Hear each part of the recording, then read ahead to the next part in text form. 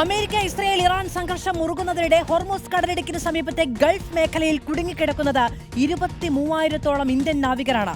ഇന്ത്യയുടെ 36 കൂറ്റൻ കപ്പലുകൾ പേർഷ്യൻ ഗൾഫിൽ നിശ്ചലമായി. രാജ്യാന്തര എണ്ണ വിപണിയുടെയും ഇന്ത്യയുടെ പ്രവാസി സുരക്ഷയെയും ഒരുപോലെ ബാധിക്കുന്നതാണ് ഈ വലിയ പ്രതിസന്ധി. ഹോർമൂസ് കടലിടുക്കിലും പേർഷ്യൻ കടലിലും നിരവധി കപ്പലുകളെ ഇറാൻ ആക്രമിച്ചിരുന്നു.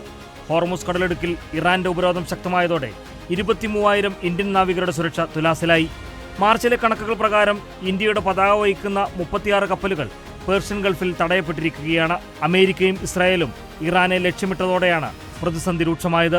ലോകത്തെ ക്രൂഡ് ഓയിൽ വിതരണത്തിന്റെ 20% കടന്നുപോകുന്ന ഈ പാത ഇറാൻ തടഞ്ഞതോടെ ആഗോള ഊർജ്ജ വിപണി പാതി വഴിയിൽ നിലച്ചു. ഷിപ്പിംഗ് കോർപ്പറേഷന്റെ 7 കപ്പലുകൾ ഉൾപ്പെടെയുള്ളവയിലെ 1074 ജീവനക്കാരുമായി കേന്ദ്ര സർക്കാർ നിരന്തരം ബന്ധപ്പെടുന്നുണ്ട്. ഓരോ മണിക്കൂർ ഇടവിട്ടും കപ്പലുകളുടെ സ്ഥാനം നിരീക്ഷിക്കാൻ രാജ്യം സുരക്ഷാ സംവിധാനങ്ങൾ കർശനമാക്കി. ഗൾഫ് ഓഫ് ഒമാനിൽ 12, ഹോർമൂസിന് പടിഞ്ഞാറ് 24 കപ്പലുകളാണ് കുടുങ്ങിക്കിടക്കുന്നത്. ചെങ്കടൽ വഴിയുള്ള യാത്ര നിലവിൽ പൂർണ്ണമായും ഒഴിവാക്കി. സമുദ്രസീമയിൽ യുദ്ധഭീതി പുകയുമ്പോൾ സ്വന്തം പൗരന്മാരുടെ സുരക്ഷ ഉറപ്പാക്കാനുള്ള തീവ്ര ശ്രമത്തിലാണ് ഇന്ത്യ. Reporter, news desk.